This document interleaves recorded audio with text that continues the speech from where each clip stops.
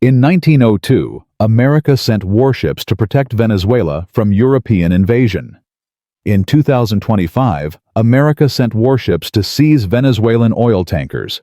Same country, same Caribbean waters, opposite missions. The common explanation is simple: Venezuela changed. It became an enemy, a dictatorship, a threat. That explanation is comfortable. It's also incomplete, because the real story isn't about Venezuela changing. It's about America's definition of protection and who that protection actually serves. This isn't anti-American propaganda. This is the documented history of how great powers compete over small countries and why the small countries always pay the price. The pattern started 123 years ago. It's repeating right now. 3 days ago, American warships seized an oil tanker off the coast of Venezuela. President Trump called it the largest tanker ever captured. Venezuela called it piracy. Russia demanded an immediate explanation. And suddenly, the Caribbean, that vacation paradise of cruise ships and beach resorts, feels like the most dangerous place on Earth. The USS Gerald Ford, the most advanced aircraft carrier ever built, sits just miles from Venezuelan waters right now. It's the largest American military buildup in the region since the Cuban Missile Crisis. Since September, American forces have struck over 20 vessels in Caribbean waters. The official explanation is drug interdiction. Venezuela calls it preparation for invasion. But here's what nobody is telling you. This exact scenario already happened. Same country, same accusations, same warships circling Venezuela like sharks around wounded prey. Same world powers demanding answers. The year was 1902, and what happened next almost started a world war. This story has been erased from American textbooks, hidden from European history classes, buried so deep that even historians forget it happened. But if you want to understand what's really happening in Venezuela right now, truly understand it. Not the cable news version, not the Twitter takes, you need to understand what happened 123 years ago. Because history doesn't repeat itself. But it absolutely rhymes. One-liner worth remembering. The Caribbean has been a chessboard for great powers for 2 centuries. Venezuela has always been the square they fight over. Let me show you the parallel that should terrify everyone paying attention. Heinrich Müller still remembers the exact moment he understood Venezuela would make or break his career. He was 43 years old, a mid-level banker at Deutsche Bank in Berlin, standing in a marble-floored office in December 1901, reviewing a stack of loan documents that represented 12 million marks invested in Venezuelan railways. The interest payments had stopped arriving 6 months ago. The Venezuelan government wasn't responding to collection letters. His superiors were asking questions he couldn't answer. Heinrich loosened his collar, feeling the weight of money that might never return and the pension that depended on recovering it. 12 million marks. In today's currency, roughly $180 million. Invested in a country that had simply stopped paying. Heinrich wasn't alone. British banks held Venezuelan bonds worth £15 million. German investors had financed Venezuelan railways, ports, and coffee plantations. Italian merchants had extended credit. French companies had built infrastructure. And Venezuela owed all of them. The total debt exceeded $60 million in 1902 dollars, when $60 million represented more than Venezuela's entire annual government revenue. First question that should disturb you. When a poor country owes rich countries more money than it can possibly repay, who decides what happens next? The debtor or the creditors? The answer in 1902 was about to be written in cannon fire. What most people get fundamentally wrong about the Venezuela crisis of 1902 is thinking it was about debt collection. It wasn't. Debt was the excuse. The real story was about power, who had it, who wanted it, and who would control the Caribbean in the new century. Visualize a map of the Western Hemisphere in 1902. The United States has just defeated Spain, seizing Cuba, Puerto Rico, and the Philippines. The Panama Canal is about to be built, turning the Caribbean into the most strategically valuable waterway on Earth. And European empires, Britain, Germany, France, are watching nervously as American power expands into what they considered their sphere of influence. Venezuela sits at the northern tip of South America, controlling the southern approach to the Caribbean. Whoever influences Venezuela influences access to the canal. Whoever controls that access controls global trade. The debt was real, but the stakes were empire. Now let me show you the contrast that explains everything about how this pattern works. Cipriano Castro still remembers the exact moment he decided to gamble everything. He was 54 years old, standing in the presidential palace in Caracas, reading the 17th diplomatic note from British representatives demanding debt repayment. He hadn't responded to the first 16. He crumpled this one into a ball and threw it at the wall. His aides watched in stunned silence. Castro smiled. "Let them come," he said. "They won't dare." Castro was a man who had conquered Venezuela with 60 soldiers. Just 60 men marching out of the Andes Mountains in 1899, somehow fighting their way to the capital in 3 months. They called him the Lion of the Andes. The American Secretary of State called him something else. A crazy brute, probably the worst of Venezuela's many dictators. Castro had spent 7 years in exile hiding in Colombia, running illegal cattle operations, building a private army. When Venezuela's government collapsed into chaos, he saw his opportunity. He bet everything on audacity, and he won. Now he was betting again. The world's most powerful empires were demanding money he didn't have. His response was to ignore them entirely. When German investors demanded compensation for factories destroyed in Venezuela's civil wars, Castro told them to file claims in Venezuelan courts. Courts that he controlled. Courts that ruled in Venezuela's favor every single time. When foreign companies complained, Castro's supporters conveniently rioted in the streets, looting their warehouses. The message was clear. Venezuela's debts were Venezuela's problem. If Europe didn't like it, Europe could go to hell. Meanwhile, in London, a very different calculation was taking place. Sir Michael Herbert still remembers the exact moment he understood the Venezuelan situation had become a crisis. He was 51 years old, British ambassador to the United States, sitting in his Washington office, reading a cable from the Foreign Office. Britain and Germany had reached an agreement. They would blockade Venezuela together. They would seize Venezuelan ships. They would capture Venezuelan ports if necessary. And they expected America to do nothing about it. Sir Michael set down the cable with trembling hands. He knew Theodore Roosevelt. He had dined with the president. He had watched Roosevelt's face when European powers were mentioned. This would not go well. One-liner that captures the moment Europe thought it was collecting a debt. It was actually lighting a fuse. Second question that should keep you thinking. If European powers had the legal right to collect debts from a country that refused to pay what gave America the right to stop them, the answer would create the framework for everything that followed. A century of American intervention in Latin America, justified by a doctrine that said the Western Hemisphere belonged to Washington.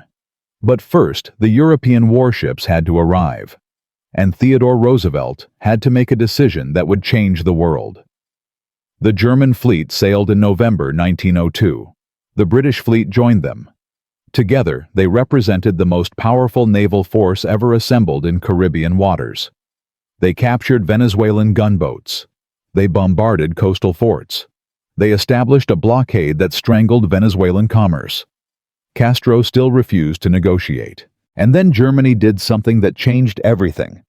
Something that turned a debt collection into a confrontation between empires and forced a young American president to make the most dangerous decision of his career. The German warships began shelling Venezuelan villages. Civilians died. Buildings burned. And suddenly the question wasn't about debt anymore. The question was, where does the spanking end? To understand why America intervened in 1902, and why America is intervening again in 2025, you need to understand the Monroe Doctrine. Not as a high school history lesson, but as a mechanism. a machine that was built to serve specific purposes and has been running for 200 years. The Monroe Doctrine was declared in 1823, when America was a weak nation and European empires dominated the globe. President James Monroe announced that the Western Hemisphere was closed to further European colonization. Any attempt by European powers to extend their system to any portion of this hemisphere would be viewed as dangerous to American peace and safety. This sounds bold. It was actually a bluff. In 1823, America had no navy capable of enforcing such a declaration. Britain actually enforced it because Britain wanted to trade with newly independent Latin American nations and didn't want other European powers colonizing them first. America announced the doctrine. Britain provided the muscle. Think of it like a small business owner putting up a no trespassing sign while secretly relying on a larger neighbor to actually enforce it. But by 1902, the situation had changed completely. America had defeated Spain. America had seized Cuba, Puerto Rico, the Philippines. America was building a canal through Panama that would become the most important waterway in global commerce. America had its own navy now, a powerful one. The sign was the same. But now, America could enforce it. First direct question. If the Monroe Doctrine says European powers can't interfere in the Americas, what happens when a Latin American country gives European powers a legitimate reason to interfere?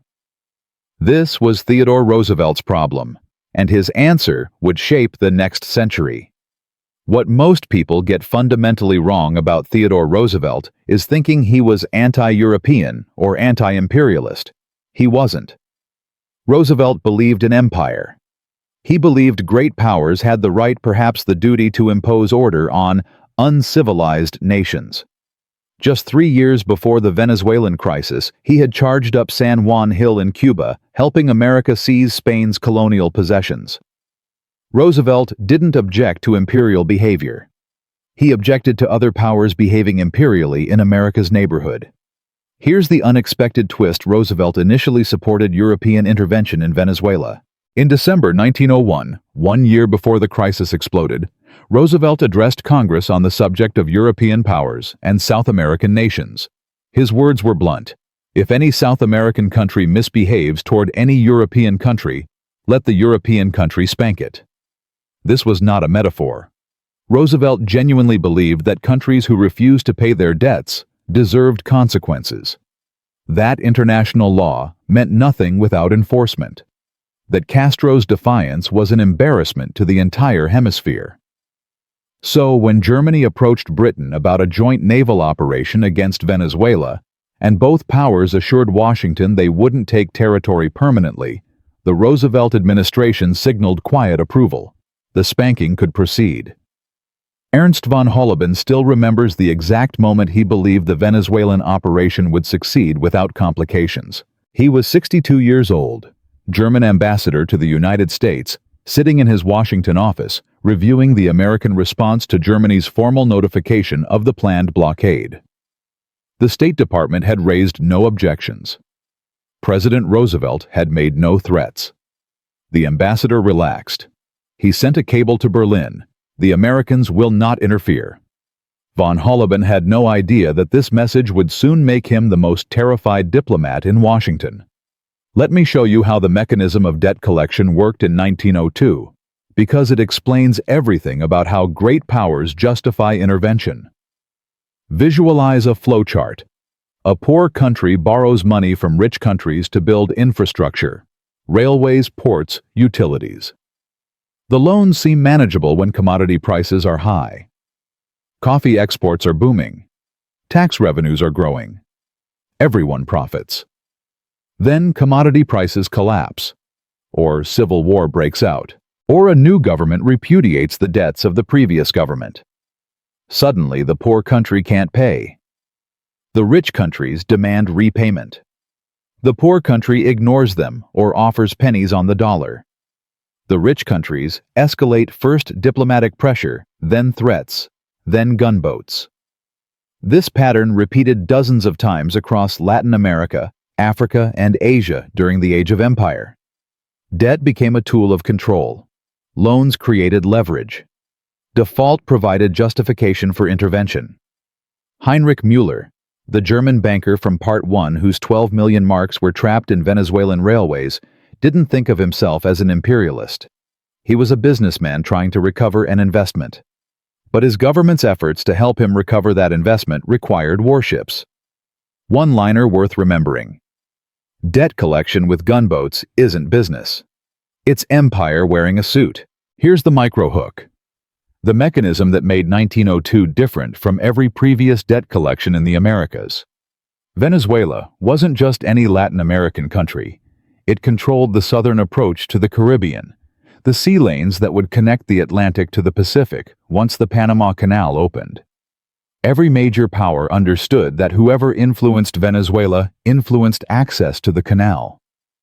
Germany in 1902 was a rising power with something to prove. Kaiser Wilhelm II was building a navy to rival Britain's expanding German influence worldwide, desperate for respect and recognition. Germany had invested heavily in Venezuela. German merchants dominated Venezuelan trade. German bankers had financed Venezuelan infrastructure. But Germany also wanted something more than debt repayment. Germany wanted coaling stations in the Caribbean. Germany wanted a naval presence in waters that America considered its own. Germany wanted to demonstrate that the Monroe Doctrine could be challenged. Wilhelm von Bülow still remembers the exact moment the Venezuelan operation became more than debt collection.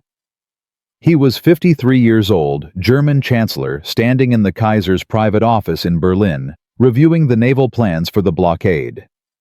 The Kaiser was pacing excited, talking about German prestige, and showing the world that Germany could project power anywhere. Von Bülow felt a chill. This was supposed to be about collecting money. The Kaiser was talking about empire. The Chancellor tried to counsel caution. The Americans were sensitive about the Caribbean. The Monroe Doctrine was vague but powerful. Perhaps they should limit the operation to the minimum necessary force. The Kaiser waved away his concerns. The Americans had approved. Roosevelt himself had said European powers could spank misbehaving countries. What was there to worry about? Second direct question. When a great power says an operation is about debt collection but deploys enough firepower to conquer a country, what is the operation actually about? Now let me show you the contrast that explains why Roosevelt's position changed. In early December 1902, the combined British-German fleet arrived in Venezuelan waters. The naval force was overwhelming cruisers, gunboats, destroyers, enough firepower to level Caracas. The operation proceeded exactly as planned. On December 9th, European forces captured Venezuelan gunboats.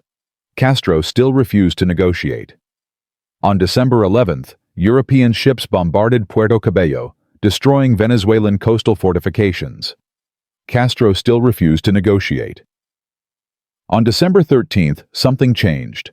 German warships shelled the Venezuelan village of San Carlos, damaging civilian buildings. The bombardment was excessive, far beyond what debt collection required. James Garfield Jr. still remembers the exact moment he understood the operation had become dangerous. He was 37 years old, the son of the assassinated president, now a prominent lawyer with connections throughout Washington. He was dining at the Metropolitan Club when a senator approached his table with news from Venezuela. German ships were shelling villages. Civilians had been killed. The senator's face was grim. "Roosevelt is furious," he said. "This isn't what he agreed to." Public opinion in both America and Britain turned against the intervention almost overnight. American newspapers that had initially supported disciplining Venezuela began printing editorial cartoons of German jackboots crushing Latin American peasants. British papers questioned why the Royal Navy was collaborating with German aggression.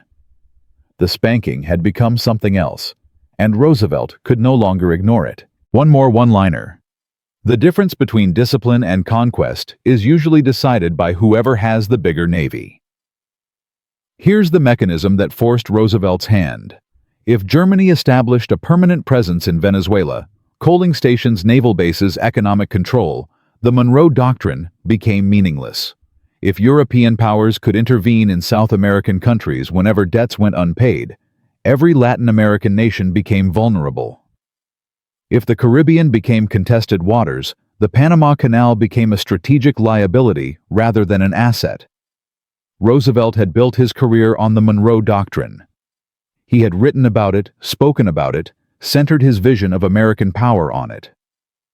Now, he had to decide enforce the doctrine against the two most powerful navies in the world, or watch it become a historical curiosity. Visualize the map again. German and British warships blockading Venezuela. American warships gathered in Puerto Rico under Admiral George Dewey, the hero of Manila Bay, the most celebrated naval commander in America. Roosevelt has been telling the press the fleet is conducting exercises. No one believes him. The distance between Puerto Rico and Venezuela is roughly 500 miles. Dewey's fleet could be in Venezuelan waters within 48 hours. On December 14, 1902, Roosevelt summoned German Ambassador von Holleben to the White House. What happened in that meeting would remain secret for decades. It would change the course of history, and it would demonstrate exactly how far America was willing to go to control the Western Hemisphere. The ambassador walked into the White House, confident that Germany's position was strong. He would leave understanding that his country was hours away from war. December 14, 1902. The White House. Ernst von Holleben walked into the presidential office, expecting a diplomatic conversation. What he received was an ultimatum that would remain secret for decades. The public story, the one in textbooks, the one diplomats told for years afterward, was that Germany and Britain voluntarily agreed to international arbitration after reconsidering their position. Reasonable nations reaching a reasonable settlement. Diplomacy working as intended. The reality was something else entirely. Theodore Roosevelt stood behind his desk as the German ambassador entered. There were no pleasantries, no small talk. Roosevelt launched directly into the matter at hand. Germany had exceeded the bounds of the operation it had promised. Shelling civilian villages was not debt collection. Destroying infrastructure beyond military targets was not spanking a misbehaving nation. What Germany was doing looked less like enforcement and more like preparation for permanent occupation. Von Holleben began to protest. Germany had no intention of territorial acquisition. The Kaiser had given his word. The operation would end when Venezuela agreed to negotiate. Roosevelt cut him off. Admiral Dewey's fleet was assembled in Puerto Rico. 54 warships, the most powerful American naval force ever gathered. The fleet could reach Venezuelan waters in 48 hours. It would sail unless Germany agreed immediately to international arbitration of the Venezuelan debt. Von Holleben sat in stunned silence. Roosevelt continued. This was not a negotiating position. This was a deadline. Germany had 48 hours to accept arbitration. If Germany refused, or if Germany attempted to seize Venezuelan territory, or if Germany delayed while repositioning forces, the American fleet would sail. Then Roosevelt added something that terrified the ambassador more than the threat itself. Not a word of this conversation would be committed to paper. There would be no diplomatic record, no formal notification, no communication that could be shown to newspapers or other governments. If Germany accepted arbitration, Roosevelt would publicly praise the Kaiser for his wisdom and statesmanship. Germany would receive credit for choosing peace. No one would ever know there had been an ultimatum. If Germany refused, the American fleet would appear without warning, and the world would learn about German ambitions the hard way. One-liner worth remembering. Roosevelt didn't threaten war. He simply explained that war would happen without further discussion. Von Holleben was now in an impossible position. For weeks he had been assuring Berlin that America would not interfere. He had dismissed warnings from his own staff. He had sent cables calling the operation risk-free. Now he sat in the White House hours away from a war his government didn't know was coming, personally responsible for the greatest diplomatic failure in German history. First direct question. If you're an ambassador who has told your emperor there's nothing to worry about, and suddenly you're facing an ultimatum that means war if your emperor doesn't back down, what do you do? Von Holleben asked for time to consult Berlin. Roosevelt gave him 10 days. Not a day more. The ambassador left the White House with his hands shaking. He returned to the German embassy and sent the most urgent communication of his diplomatic career. The message crossed the Atlantic through the night, encoded in cipher, carrying information that would reach the Kaiser by morning. The Americans were not bluffing. Roosevelt was prepared for war. Dewey's fleet was ready to sail. Germany had hours to decide. Here's the first micro hook, the moment that reveals what this crisis was actually about. What most people get fundamentally wrong about the Venezuelan crisis of 1902 is thinking it was resolved through diplomacy. It wasn't.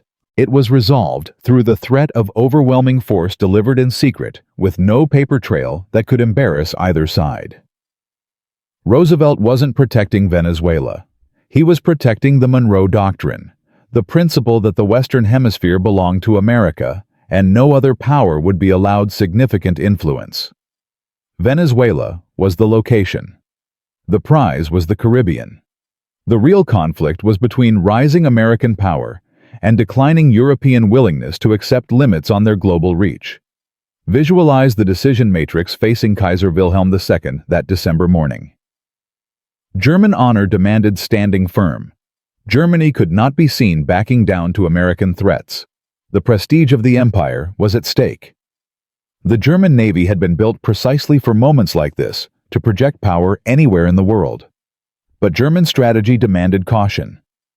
The German fleet was concentrated in European waters, optimized for a potential conflict with Britain. The ships blockading Venezuela were thousands of miles from home, cut off from resupply and reinforcement.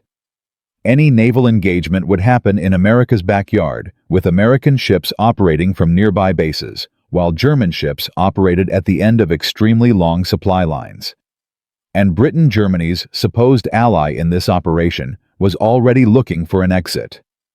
Sir Michael Herbert, the British ambassador from Part 1, had been warning London for weeks that the American public was turning hostile. The British press had questioned the operation. The alliance with Germany was unpopular. Any excuse to extract Britain from this mess would be welcome. If Germany provoked a war with America, Britain would not support them. Germany would face the United States alone, in waters controlled by the American Navy, over a principle that Germany couldn't defend publicly without admitting its real ambitions. Edmund von Schoenberg still remembers the exact moment he understood Germany would have to retreat. He was 44 years old, a senior advisor in the Kaiser's inner circle, standing in the imperial study as the decoded message from Washington was read aloud. The Kaiser's face went from red to white in seconds. He began pacing. He began cursing. He demanded to know why von Holleben had assured them America wouldn't interfere. No one had an answer. The ambassador had simply been wrong. Von Schoenberg watched as Germany's moment of imperial assertion collapsed into desperate calculation. The Kaiser wanted to fight. His advisors showed him why he couldn't. One by one, they laid out the mathematics of geography, logistics, and alliance. One by one, they demonstrated that German honor would have to yield to German reality. Second direct question. When a rising power is forced to back down by a power it considered its equal, what does that moment cost in prestige and credibility? In the calculations of every other nation watching, the Kaiser made his decision on December 17, 1902, less than 24 hours after Roosevelt's final deadline. That afternoon, von Holleben appeared at the White House. His face was, according to one account, wreathed in smiles, the forced smile of a man delivering surrender while pretending it was victory. On behalf of His Imperial Majesty, the ambassador had the honor to request that the President of the United States serve as arbitrator between Germany and Venezuela. Roosevelt graciously accepted. He then publicly praised Kaiser Wilhelm for his commitment to peaceful resolution and international law. The Kaiser received full credit for choosing diplomacy. No one knew there had been an ultimatum. No one knew Germany had been hours from war. The public story was written. The secret reality was buried. One liner that captures the mechanism: history is written by the winners. The details are buried by the diplomats. Here's the second micro hook, and this is where the rage moment arrives. Pause this video for a moment. Consider what actually happened.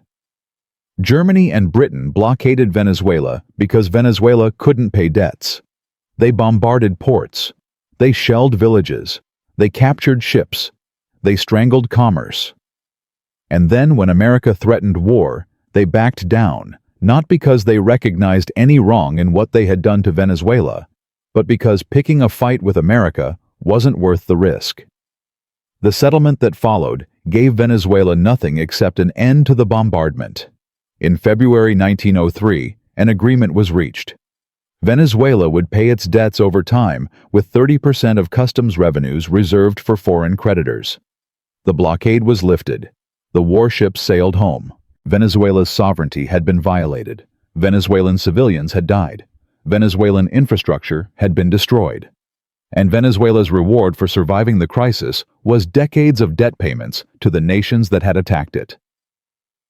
Maria Esperanza still remembers the exact moment she understood what the crisis meant for her family.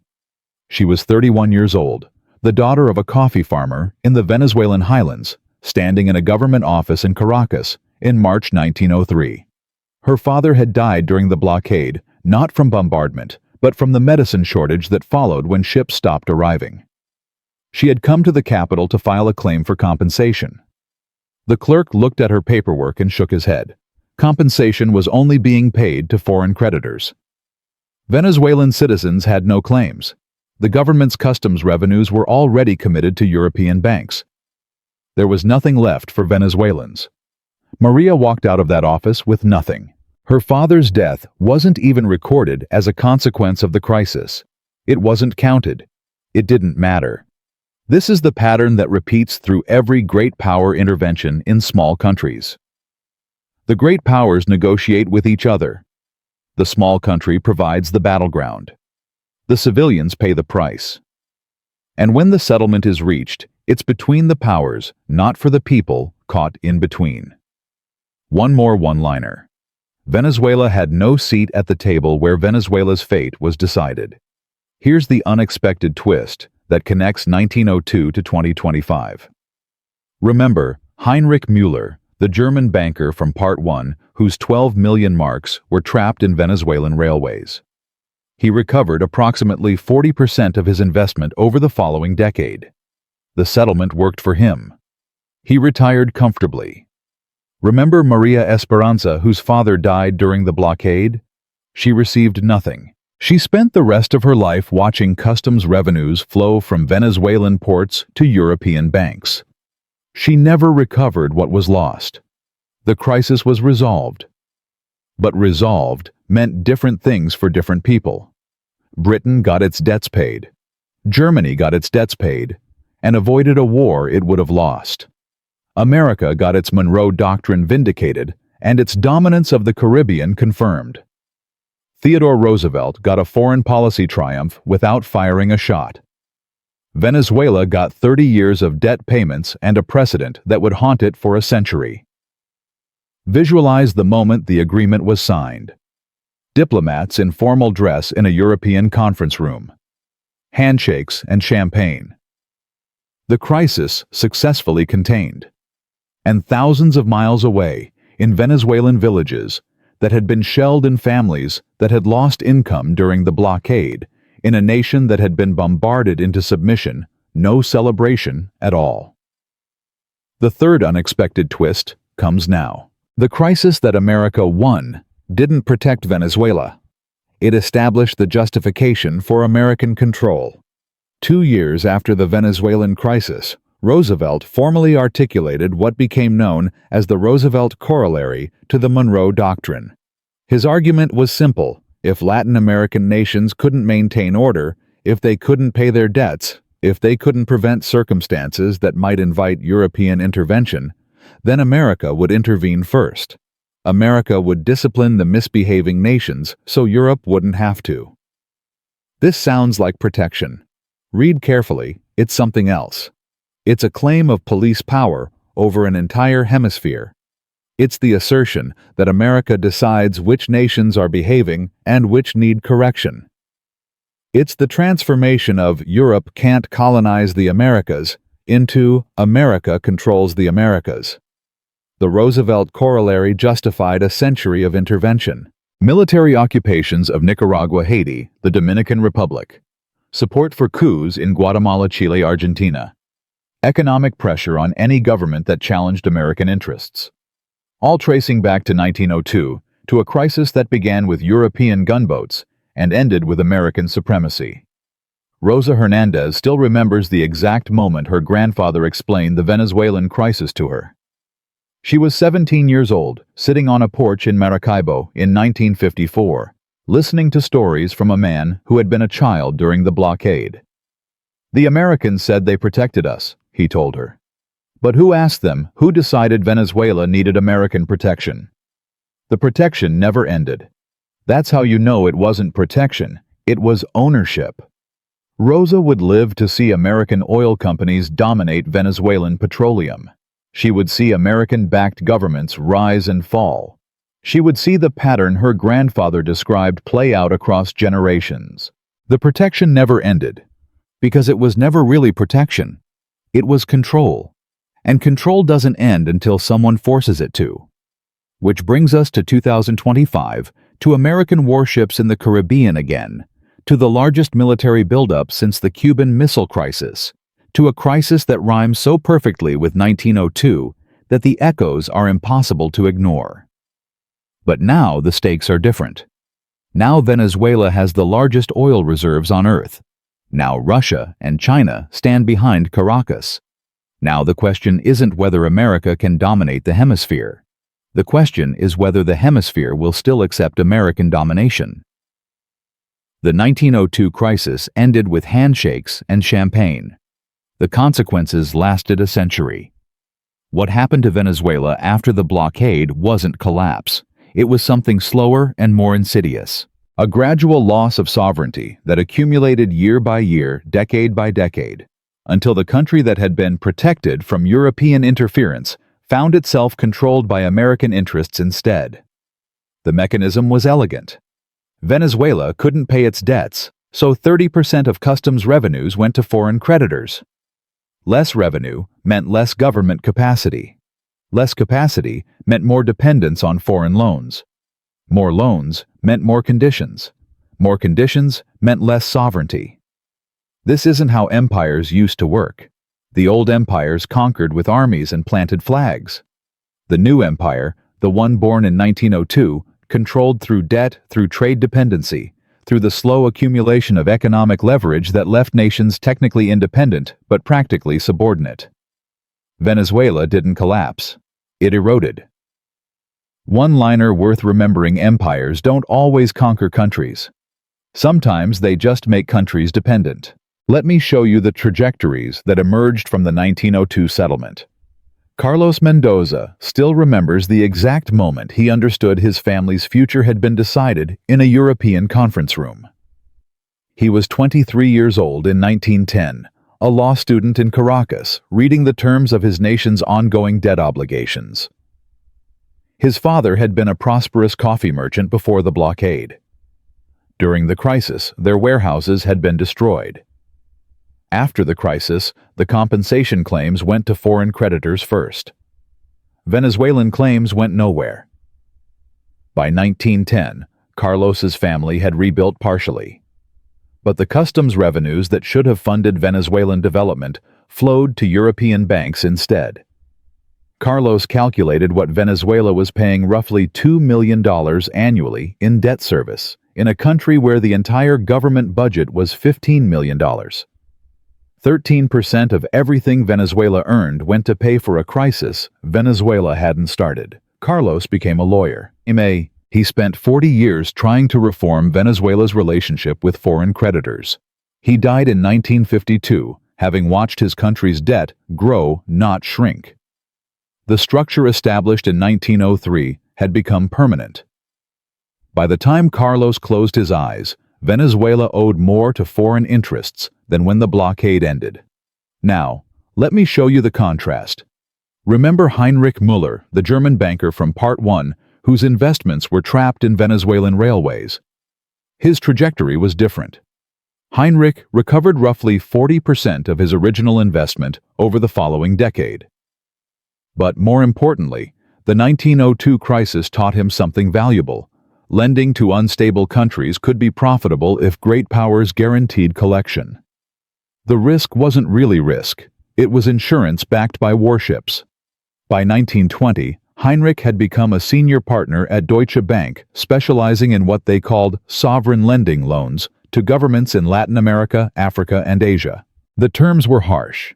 The collection mechanisms were harsher. But the returns were excellent because creditors knew that if borrowers defaulted, great powers would intervene. Heinrich died in 1933, wealthy and comfortable. His investments in Venezuelan railways had been a setback. His investments in the system that extracted wealth from developing nations had been a triumph. First direct question. When the rules of the global economy are written by creditors and enforced by warships, who do you think those rules benefit? What most people get fundamentally wrong about American intervention in Latin America is thinking it was about protecting Latin Americans. It wasn't. It was about protecting American interests, which sometimes aligned with local interests and sometimes destroyed them. Here's the first micro-hook, the mechanism that turned protection into control. In 1910, Venezuela discovered oil. Within 30 years, it became the world's largest petroleum exporter. Suddenly, the stakes of Venezuelan stability weren't about debt payments anymore. They were about the fuel that powered the global economy. American oil companies moved in.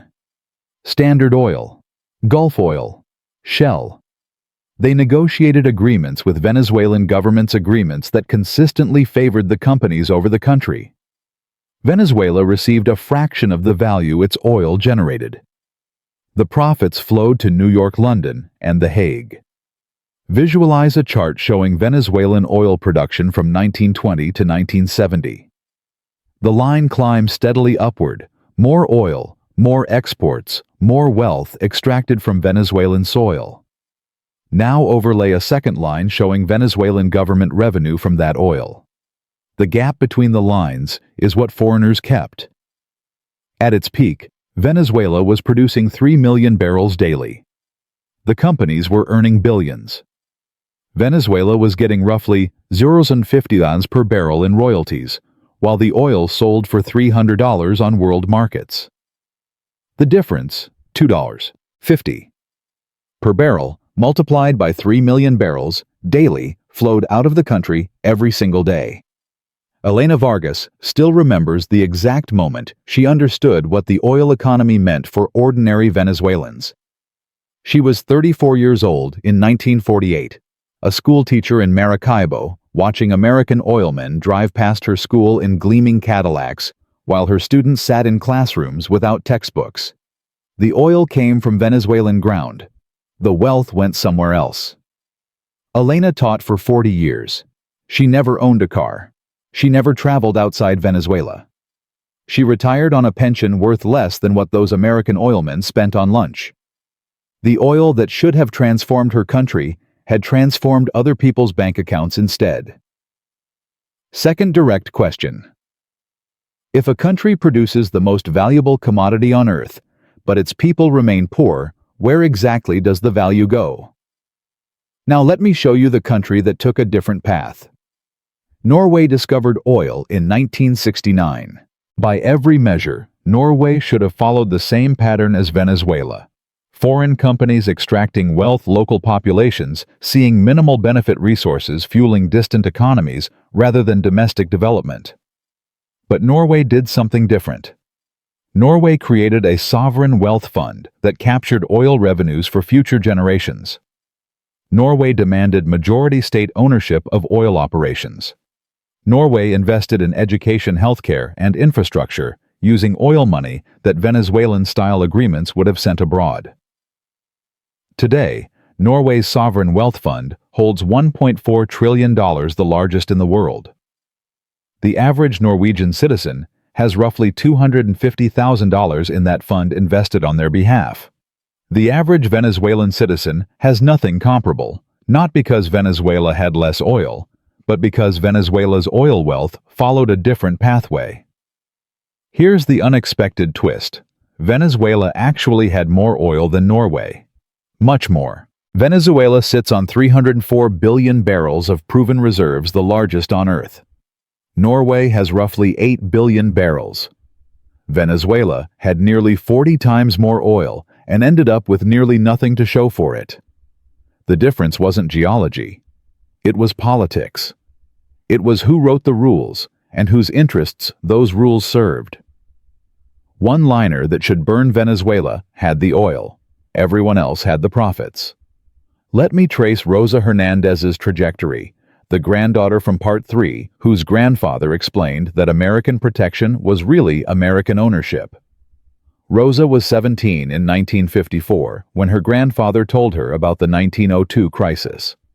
She's 88 now, living in Caracas, having watched her country's entire arc from oil boom to oil curse to the current catastrophe. In her 20s, Rosa worked as a secretary for an American oil company.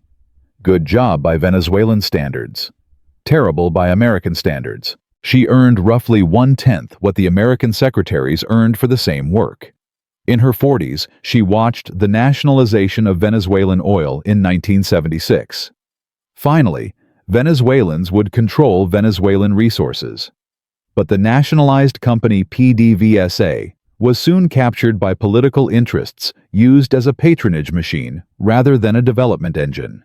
In her 60s, she watched Hugo Chavez rise to power, promising to use oil wealth for the people. Some improvements came: literacy programs, healthcare clinics, housing.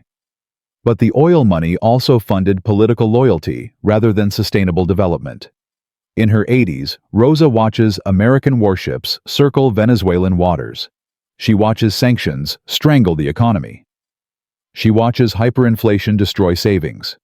She watches her grandchildren flee to Colombia, Peru, Chile, anywhere but home. My grandfather was right, Rosa told me. The protection never ended. But now they don't even pretend it's protection anymore. Rosa's trajectory, from colonial subject to oil worker, to citizen of a sovereign nation, to witness of economic collapse. 88 years. Same pattern. Now let me show you who benefited from Rosa's lifetime. The executives of American oil companies who operated in Venezuela from 1920 to 1976 built fortunes. Their children attended the best universities. Their grandchildren inherited wealth. Their great-grandchildren sit on boards of directors today. The Venezuelan workers who extracted that oil built nothing comparable. Their children attended underfunded schools. Their grandchildren inherited nothing. Their great-grandchildren are fleeing the country. Same oil, same decades, different trajectories. Here's the second micro hook, the moment the pattern reached its breaking point. In 1999, Hugo Chavez became president of Venezuela. For the first time in a century, a Venezuelan leader explicitly rejected the system established after 1902, the Monroe Doctrine American hegemony, the unwritten rules that kept Latin America subordinate to North American interests. Chavez was no hero. He was authoritarian, corrupt, and often incompetent. But he understood something that terrified Washington: the Western Hemisphere's acceptance of American dominance wasn't permanent. It could be challenged. Chavez invited Russian military advisors to Venezuela. He sold oil to China at preferential rates. He built alliances with Cuba, Iran, and anyone else willing to defy American pressure. He proved that a Latin American country could resist, not successfully, not without cost, but resist nonetheless. The response was predictable: American sanctions, diplomatic isolation, support for opposition movements, economic pressure designed to make the Venezuelan economy scream. Here's the second unexpected twist. The American pressure didn't strengthen Venezuela. It weakened it. But it also didn't restore American dominance. It created a stalemate. A country too resistant to control, too damaged to develop, caught between great powers, like it was in 1902. Visualize a timeline stretching from 1902 to 2025. Mark the interventions. 1902 crisis, 1908. American support for new Venezuelan dictator, 1945. American support for democratic reformers, 1948. American acceptance of military coup, 1958. American support for democracy again, 2002. American support for coup, attempt against Chavez, 2019. American recognition of opposition, leader Guaido as president, 2025. American warships seizing tankers. The pattern isn't American support for democracy or dictatorship. The pattern is American intervention whenever Venezuela threatens to escape American influence. Democracy when democracy serves. Dictatorship when dictatorship serves. The constant is control. Miguel Rodriguez still remembers the exact moment he decided to leave Venezuela. He was 32 years old in 2018, an engineer at PDVSA watching his salary lose value by the hour as hyperinflation destroyed the currency. He had a choice: stay in a country where his skills were worthless, or flee to a country where his skills could feed his family. He chose Colombia, then Chile. His daughter was born in Santiago. She will grow up speaking Chilean Spanish, learning Chilean history, becoming Chilean. Venezuela lost another engineer, another family, another piece of its future. Miguel's trajectory: from university graduate to national oil company engineer to refugee. 32 years old when he left. Everything he built in Venezuela, abandoned. Everything he builds now belongs to another country. 7 million Venezuelans have fled since 2015. 7 million people who took their education, their skills, their futures somewhere else. That's not a policy failure. That's a national collapse. But the oil is still there, the largest reserves on Earth sitting beneath a country that can barely function.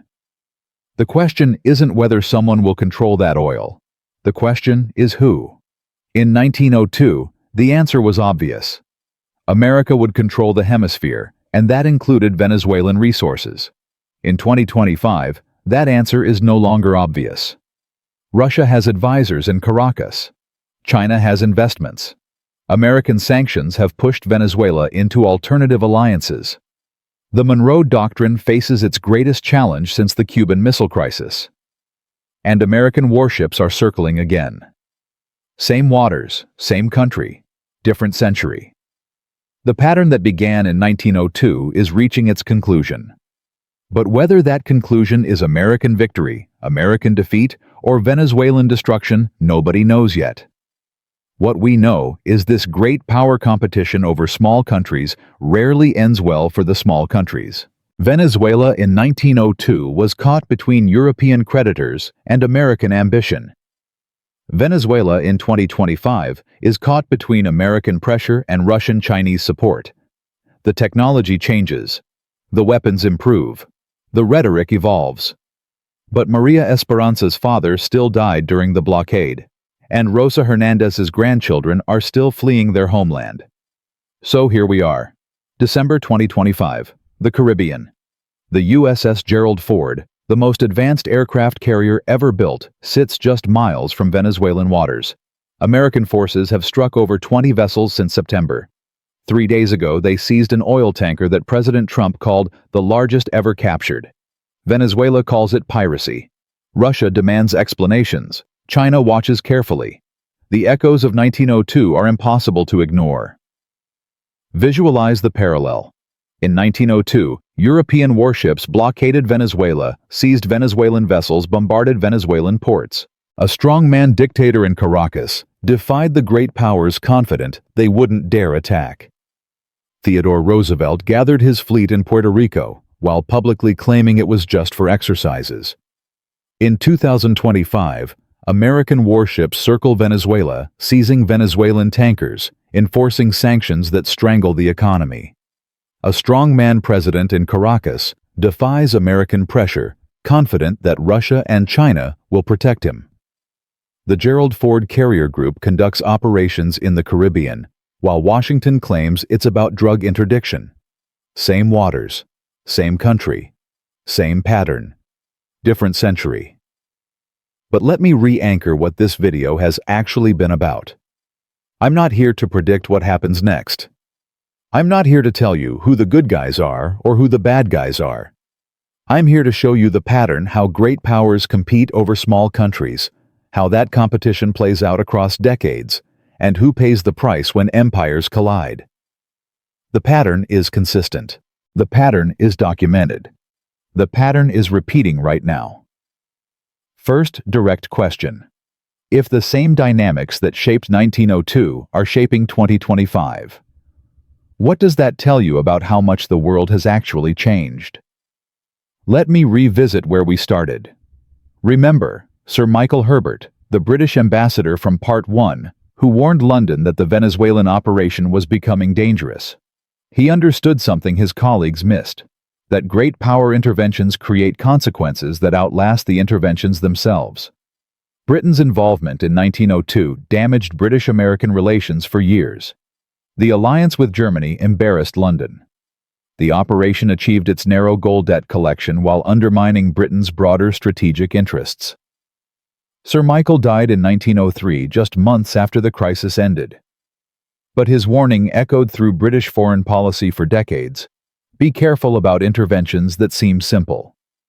They rarely stay simple. Today, American policymakers face the same calculation. The intervention seems straightforward. Pressure. Venezuela, weaken Maduro. Protect American interests in the hemisphere. But what are the second-order effects? What happens when Russia deepens its military presence in response?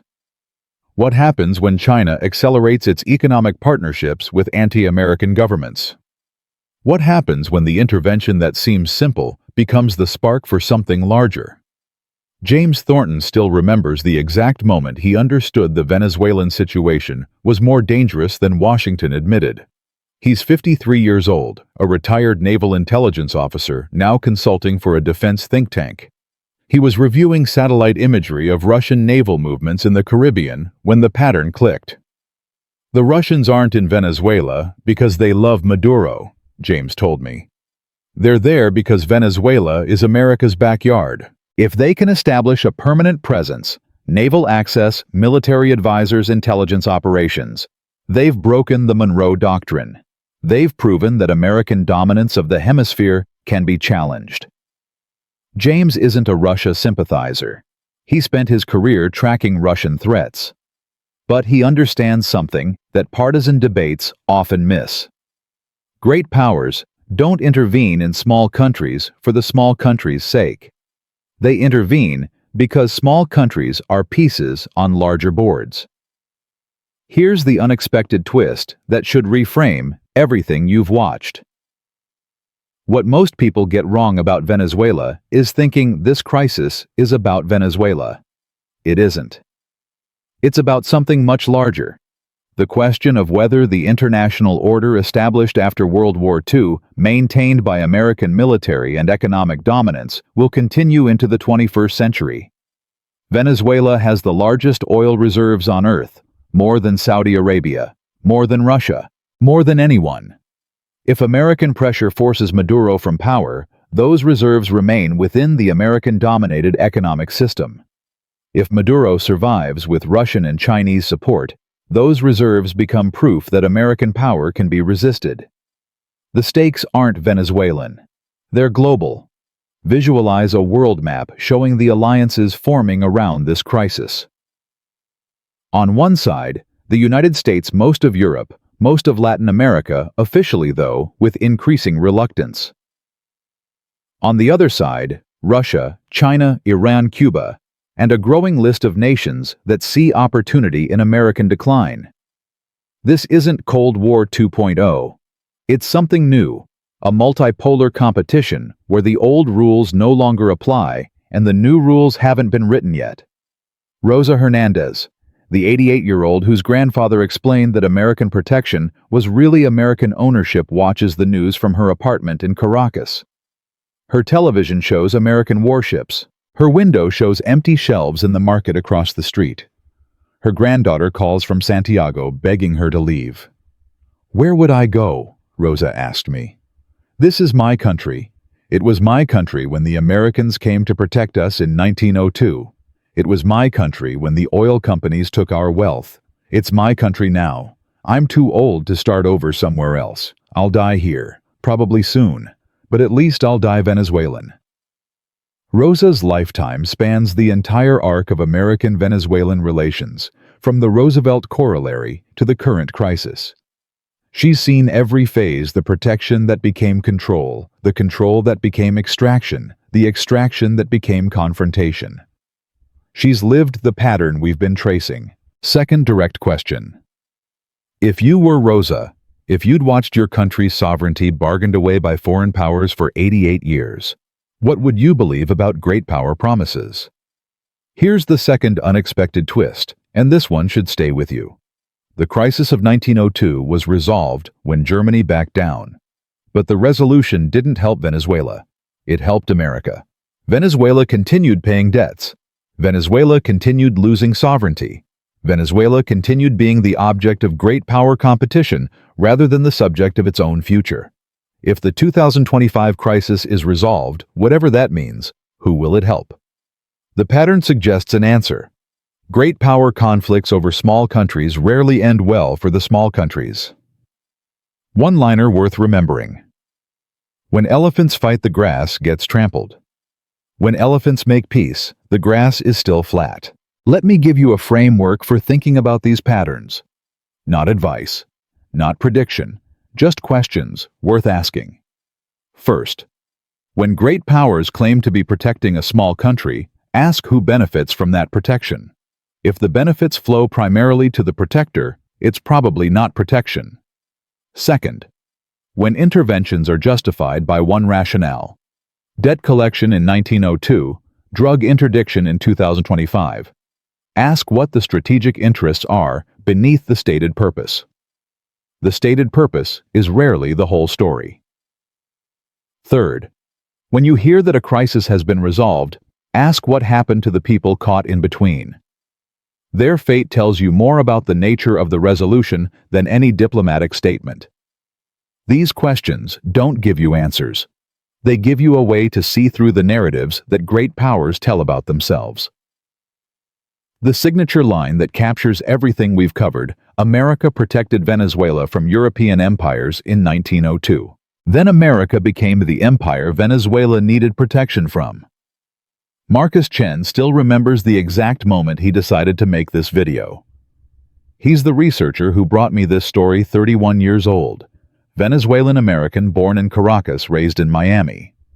His grandmother fled Venezuela in 2017. His cousins are scattered across 4 continents. His family's story is Venezuela's story.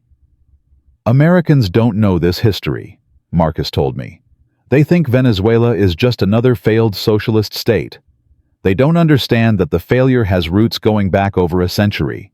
They don't see the pattern. I want them to see the pattern. Visualize the pattern one final time. Draw a line from 1902 to 2025.